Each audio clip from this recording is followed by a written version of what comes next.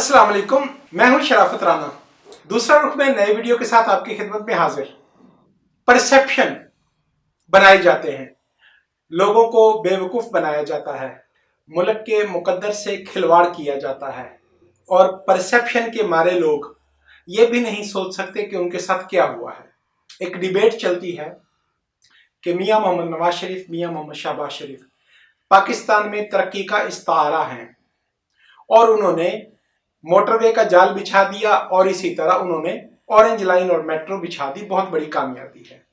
अब फिर इसमें जरा जहन में रखें कि लाहौर इस्लामाबाद मोटरवे बिलाशुबा मियां मोहम्मद नवाज शरीफ की काविश थी और उनकी जद्दोजहद से बनी। उस पर तनकीदी बातचीत अलग हो सकती है। मिसाल के तौर पर यही बात की जा सकती है कि ता क़यामत हर गाड़ी जो लाहौर से कराची जाती है वो 100 किलोमीटर सफर इजाफी तय करती है। तो अगर फर्ज कर लें कि वो 100 रुपए का पेट्रोल, बल्कि मैं कहता हूं कि अगर 200 या 500 रुपए का पेट्रोल इजाफी सर्फ करती है इस्लामाबाद जाने के लिए, तो पाकिस्तान को एक साल में कितना लॉस होता है ये भी तो कैलकुलेट करना पड़ेगा। क्यों? फासला में ये इजाफा उस वक्त मियां मोहम्मद नवाज शरीफ के महबूब तरीन वजीर चौधरी निसार अली खान की जागीर को मोटरवे से मुंसलिक करने के लिए हुआ था। आज मेरा मौजू खसूसी तौर पर मास ट्रांजिट का सिस्टम है, यानी मेट्रो, ऑरेंज लाइन वगैरह के प्रोजेक्ट को हम डिस्कस करते हैं। दोस्त ये कहते हैं कि पाकिस्तान में पहले मास ट्रांजिट का कोई सिस्टम नहीं था। गलत कहते हैं। मास ट्रांजिट का सिस्टम कराची में, क्या में पाकिस्तान से कबल कराची सर्कुलर रेलवे की शक्ल में, ट्राम की शक्ल में मौजूद था और लाहौर शहर के अंदर डबल डेकर बसेस की शक्ल में मौजूद था, जिसे ऑर्गेनाइज करके पहली बार पाकिस्तान पीपल्स पार्टी की पहली हुकूमत ने, शहीद जुल्फकार अली भुट्टो ने पंजाब अर्बन ट्रांसपोर्ट कारपोरेशन के नाम से बनाया था। और पंजाब अर्बन ट्रांसपोर्ट कारपोरेशन की लाहौर शहर के अंदर, याद रहे कि 1977 में लाहौर शहर 20 लाख आबादी का शहर था। 1986 में लाहौर 30 लाख आबादी का शहर था। उस वक्त 100 से ज्यादा रूट्स पर Punjab urban transport bus service के रूट्स चलते थे, कि बसें चलती थी और हमा वक्त दस्तयाब होती थी। लाहौर के किसी एक कोने से किसी एक ही बस में अपनी हर ख्वाहिश की मंजिल पर पहुंचना मुमकिन होता था। फिर उस वक्त के इमरान खान तशरीफ लाए, मियां मोहम्मद नवाज शरीफ वजीर आजम बने। उन दिनों मियां मोहम्मद नवाज शरीफ सब्सिडी के सख्त खिलाफ होते थे। उन्होंने फरमाया कि पंजाब में चलने वाली गवर्नमेंट ट्रांसपोर्ट सर्विस जीटीएस और Punjab urban road transport service को मिलकर 5 करोड़ रुपए सब्सिडी देना पड़ती है सालाना, लिहाजा इन्हें बंद कर दिया जाए। तो पाकिस्तान का पहला कामयाब मॉडल मियां मोहम्मद नवाज शरीफ के हाथों बंद हुआ। इसी तरह कराची सर्कुलर रेलवे 1986 में जियाउल हक के वक्त में बंद हुआ। अब जब मियां मोहम्मद नवाज शरीफ का दूसरा दौर आया तो उस वक्त फिजिबिलिटी के नाम पर कुछ प्रोजेक्ट्स तजवीज किए जा चुके थे। चौधरी परवेज इलाही के दौर में इन प्रोजेक्ट्स की फिजिबिलिटी पर काम हुआ था। और फिजिबिलिटी ये चीज होती है कि चेक करना है कि कम से कम वसाइल में कम से कम नुकसान करके हम किस तरह ज्यादा से ज्यादा सहूलियात दे सकते हैं। लाहौर के अंदर 3 रेलवे नेटवर्क जो अंडरग्राउंड थे वो तजवीज किए गए थे। उनमें रेड लाइन, येलो लाइन और ऑरेंज लाइन थी। रेड लाइन को कन्वर्ट किया गया, मियां शहबाज शरीफ ने बस सर्विस में कन्वर्ट किया और मेट्रो बस सर्विस बनाई और इसी तरह इस्लामाबाद में मेट्रो बस सर्विस बनाई गई। और ऑरेंज लाइन की अंडरग्राउंड स्टेटस को खत्म करके ऑन दी ग्राउंड लाया गया। अब आज के अखबारात में ये बहस चल रही है, डिबेट चल रही है और मुमकिन है कि इसमें बहुत सारी चीजें गलत हो। मुखालिफ हुकूमत जब आती है तो बहुत सारी गलत बयानियां करती है और किसी कामयाब प्रोजेक्ट को नाकाम करार देने की कोशिश करती है। आज के अखबार की बड़ी सुर्खी ये थी कि गुज़श्ता वक्त में जब से ऑरेंज लाइन का ऑपरेशन शुरू हुआ है, ऑरेंज लाइन ने 28 करोड़ रुपए कमाए हैं और बाकी अखराजात तो अपनी जगह पर मौजूद है। सिर्फ बिजली का बिल ऑरेंज लाइन की एक रेलगाड़ी को चलाने के लिए 35 करोड़ रुपए बना है। अब इसमें आपने मुसाफिरों को सब्सिडी भी देनी है, इसमें आपने बैंक के कर्ज लिए हैं, कमर्शियल कर्ज लेकर यह प्रोजेक्ट आपने किया है। उसका सूद भी देना है, उसकी असल दर की अदायगी भी करनी है। तो इन हालात में क्या orange line, metro bus service का मॉडल और इनको पाकिस्तान की तरक्की का इस्तारा समझना मुमकिन है या नहीं, हम इस मौजू पर बात कर रहे हैं। मोटरवे बनाने का एक प्रोजेक्ट मियां मोहम्मद नवाज शरीफ ने किया और दूसरा प्रोजेक्ट बल्कि पॉलिसी सदर आसिफ अली जरदारी ने बनाई। उन्होंने प्रोजेक्ट नहीं किया, उन्होंने चीन के साथ एक मुआहिदा किया जिसे सीपैक कहते हैं कि पाकिस्तान में 3 लाइनों में, 3 तहों में रेल रोड नेटवर्क कराची और गवादर को चीन के साथ लिंक करने के लिए बनाया जाएगा। ये 3 तहों में मोटरवेज जो होंगी ये चीन अपने पैसे से बनाएगा। ML1 जो रेलवे लाइन होगी ये चीन अपने पैसे से बनाएगा। 20 साल तक चीन उनके ऊपर टैक्स वसूल करेगा, टोल टैक्स, और बिल आखिर टोल टैक्स के जरिए अपनी पूरी रकम को लेकर वापस चला जाएगा और ये पूरा स्ट्रक्चर हुकूमत पाकिस्तान की मलकियत में आ जाएगा। इस प्रोसीजर को या इस तरीकेकार को प्रोजेक्ट्स की दुनिया में build, operate and transfer system कहते हैं। पीपल्स पार्टी के दौर में जितने भी प्रोजेक्ट किए गए वो इसी सिस्टम पे किए गए और आज भी सिंध हुकूमत बिल्ड, ऑपरेट और ट्रांसफर की बुनियाद पर बहुत ज्यादा प्रोजेक्ट्स कर रही है। अब मियां मोहम्मद नवाज शरीफ ने इनको BOT से निकाला और जो मोटरवेज मियां मोहम्मद नवाज शरीफ के दौर में तैयार की गई वो भी कमर्शियल लोनिंग पर बनाई गई। हालांकि वो सीपैक का हिस्सा थे, अगर वो इसरार करते तो शायद उसी तरह बनाया जाना मुमकिन था। अब मैं इसमें ये इल्जाम नहीं लगा रहा, मैं नहीं कहता कि बहुत बड़े किकबैक्स लिए गए, मुखालफिन इल्जाम लगाते रहते हैं, लेकिन सरमायादाराना निजाम में ये सब चीजें मौजूद होती हैं। मेरी नजर में भी सबसे बेहतरीन तरीका यही था कि सीपैक के तमाम प्रोजेक्ट BOT की बुनियाद पर मुकम्मल होते। चीनी हुकूमत अपने इंटरेस्ट के लिए उन्हें तामीर करवाती, उन पर टोल टैक्स हमसे भी लेती, अपने लोगों से भी लेती और बिल आखिर वो प्रोजेक्ट हमें डिलीवर हो जाते। लेकिन मेट्रो, ऑरेंज लाइन और मोटरवेज के जो प्रोजेक्ट मियां मोहम्मद नवाज शरीफ के दौर में किए गए या बिजली पैदा करने वाले जो प्रोजेक्ट मियां मोहम्मद नवाज शरीफ के दौर में किए गए, उनमें ये सूरत हाल नहीं है। वो सब के सब कर्ज पर प्रोजेक्ट किए गए हैं और कर्ज की बुनियाद भी महंगी यानी बैंकिंग जो मार्केट की शरह होती है वो ली गई है। मैं ये समझता हूं कि ये प्रोजेक्ट करने के लिए भी इस बात पर गौर किया जा सकता था। बेहतरीन सूरत ये होती कि ये BOT की बुनियाद पर किए जाते। मुमकिन है कि BOT की बुनियाद पर 20 साल के अंदर कर्ज की अदायगी मुमकिन ना होती, चूंकि ऑरेंज लाइन एक बहुत बड़ा प्रोजेक्ट है, महंगा प्रोजेक्ट है और state of the art project है। तो बहरहाल इसकी मुद्दत बढ़ाई जा सकती थी, लेकिन इसमें पाकिस्तान को मकरूज करना, सब्सिडी देना और कर्ज पर सूद अदा करना, यह पाकिस्तानी मईशत के लिए एक बहुत बड़ा सवाल बना रहेगा। अब वो लोग जो माजी में कहते थे कि 5 करोड़ रुपए सब्सिडी देना मुल्क की मईशत के साथ खिलवाड़ है, वो कहते हैं कि अवामी सर्विस के प्रोजेक्ट करना तो हुकूमत की मजबूरी होती है और हुकूमत बनती ही इसलिए है कि अवामी फलाह के काम करे। तो क्या अवामी फलाह का सबसे बड़ा टारगेट लाहौर में ऑरेंज लाइन बनाना थी?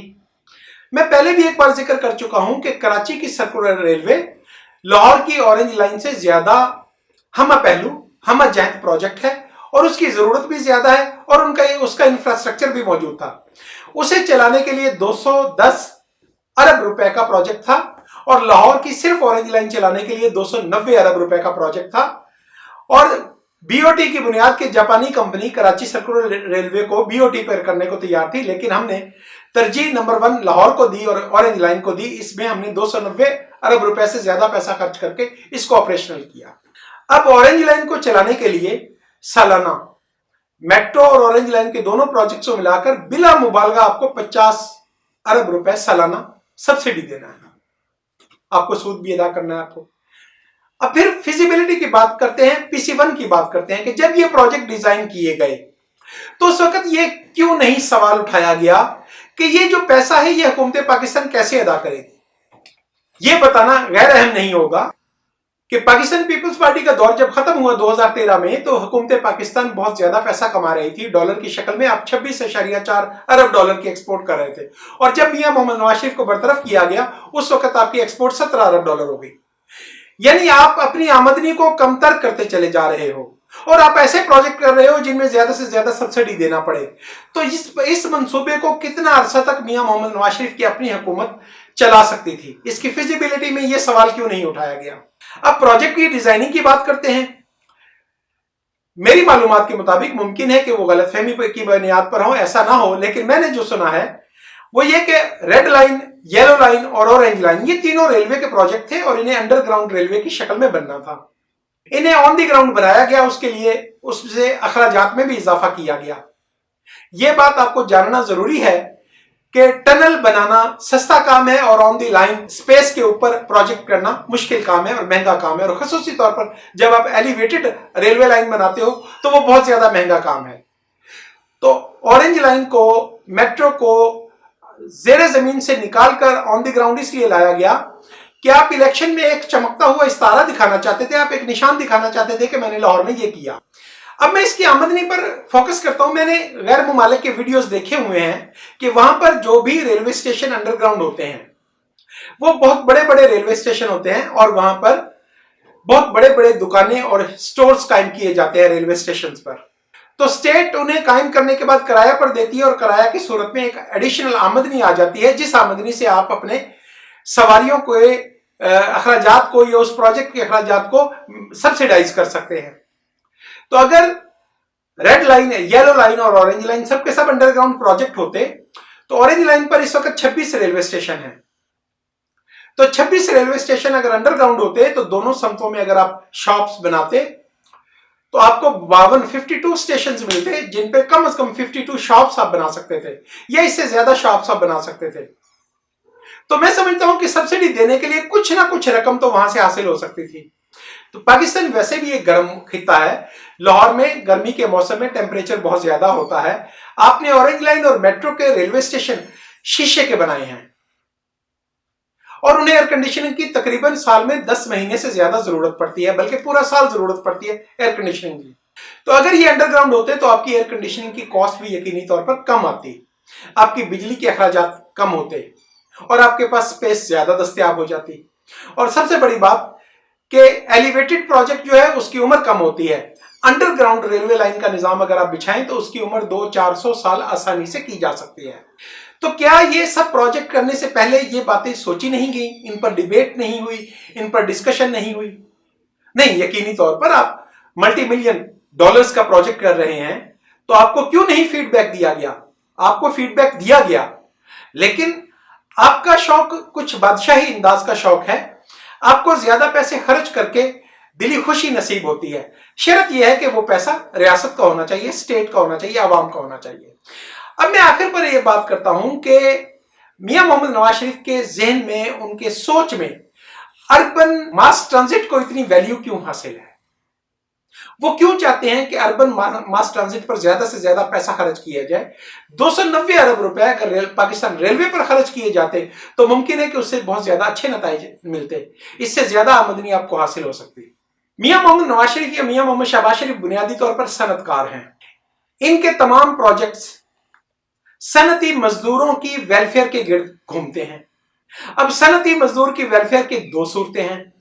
एक तो यह है कि स्टेट मुकर्रर कर दे कि सनती मजदूर की कम से कम उजरत इस कदर रीजनेबल होगी कि वो आसाइश की जिंदगी गुजार सकेगा, और दूसरी सूरत यह है कि सनती मजदूर को टारगेट करके स्टेट ऐसे प्रोजेक्ट्स करे और उन पर अरब रुपए खर्च करे कि सनती मजदूर सनतकार से मजदूरी में इजाफा का मुतालबा ना करे, हड़ताल ना करे, सड़क पर आकर जुलूस ना निकाले। तो सस्ती रोटी का प्रोजेक्ट हो, लैपटॉप देने का प्रोजेक्ट हो, मास ट्रांजिट का प्रोजेक्ट हो, इन सब प्रोजेक्ट्स के पीछे कहीं ना कहीं यह सोच है कि शहरों में रहने वाली लोअर मिडिल क्लास अपनी जिंदगी में सहूलत का कोई मुतालबा ना करे और उनके अखराजात को स्टेट की बुनियाद पर, स्टेट की कीमत पर, स्टेट को नुकसान पहुंचाकर कम किया जाए। अब यहां पर यह बताना तो इंतहाई गैर जरूरी होगा कि अगर 100 अरब रुपए सालाना ज़राअत पर या इंडस्ट्री पर खर्च किए जाए, इंडस्ट्री को सस्ती बिजली दी जाए और ज़राअत को अच्छा बीज और अच्छी ज़रूरी अद्वियात दी जाए, तो वो आपको 100 अरब डॉलर की आमदनी देते हैं। आप अपने दौरे हुकूमत में ऐसा कोई प्रोजेक्ट नहीं करते जिससे मुल्क की आमदनी में इजाफा हो, लेकिन आप सब्सिडी वाले बड़े बड़े, बहुत बड़े नुमाया नजर आने वाले तरक्की के प्रोजेक्ट्स करते हैं। हैरत अंगेज बात है। इसमें जो आखिरी बात मैं करता हूं वो अपने दोस्तों से ये करता हूं कि आप सब दोस्त पूरी दुनिया के mass transit system, elevated railway line, underground railway line, elevated bus service, इन तमाम प्रोजेक्ट्स पर कभी गौर करें। सब प्रोजेक्ट्स में जब रेल चलती हुई दिखाई देती है, जब बस चलती हुई दिखाई देती है, तो उसके गिरदो नवा में आपको स्काई स्क्रैपर नजर आते हैं, आपको 40 मंजिला, 50 मंजिला, 60 मंजिला बिल्डिंग्स नजर आती हैं। क्या आप समझते हैं कि लाहौर उसी तरह का शहर है? आपकी ऑरेंज लाइन जब दौड़ रही होती है तो उसके गिरदो नवा में उसका कोई मैच नहीं होता। आपके नीचे तमाम सिंगल और डबल स्टोरी मकानात और दुकानें और शॉप्स होती हैं। क्या ये फितरी है? क्या इसे ऐसा ही होना चाहिए था? क्या लाहौर को एलिवेटेड अंदाज में, क्या लाहौर को ऊपर की समत में नहीं बढ़ना चाहिए था? इसके लिए आपने क्या किया? निजी हाउसिंग स्कीम्स के कारोबार को प्रमोट करने के लिए आपने लाहौर को दिल्ली से 4 गुना इलाका में फैला दिया है। आपने लाहौर को कराची के बराबर इलाका में फैला दिया है, हालांकि लाहौर उनसे बहुत छोटा शहर है। यह एक अलग मौजू है, इस पर किसी और वक्त बात करेंगे। लेकिन फिल वक्त यह हैरानकुन बात है कि पूरी दुनिया में लाहौर वो वाहिद शहर है जिसकी एलिवेटेड रेलवे लाइन, जब ऑरेंज लाइन चल रही होती है तो गिरदो नवा में कोई ऊंची बिल्डिंग नजर नहीं आती है। यूट्यूब चैनल दूसरा रुख को सब्सक्राइब करें, शेयर करें और कमेंट करें। आज के लिए इसी कदर। जदीद जिंदगी के, जदीद मुआशरत के मौज़ूआत पर बात होती रहेगी। फिर मुलाकात होगी। खुदा हाफिज।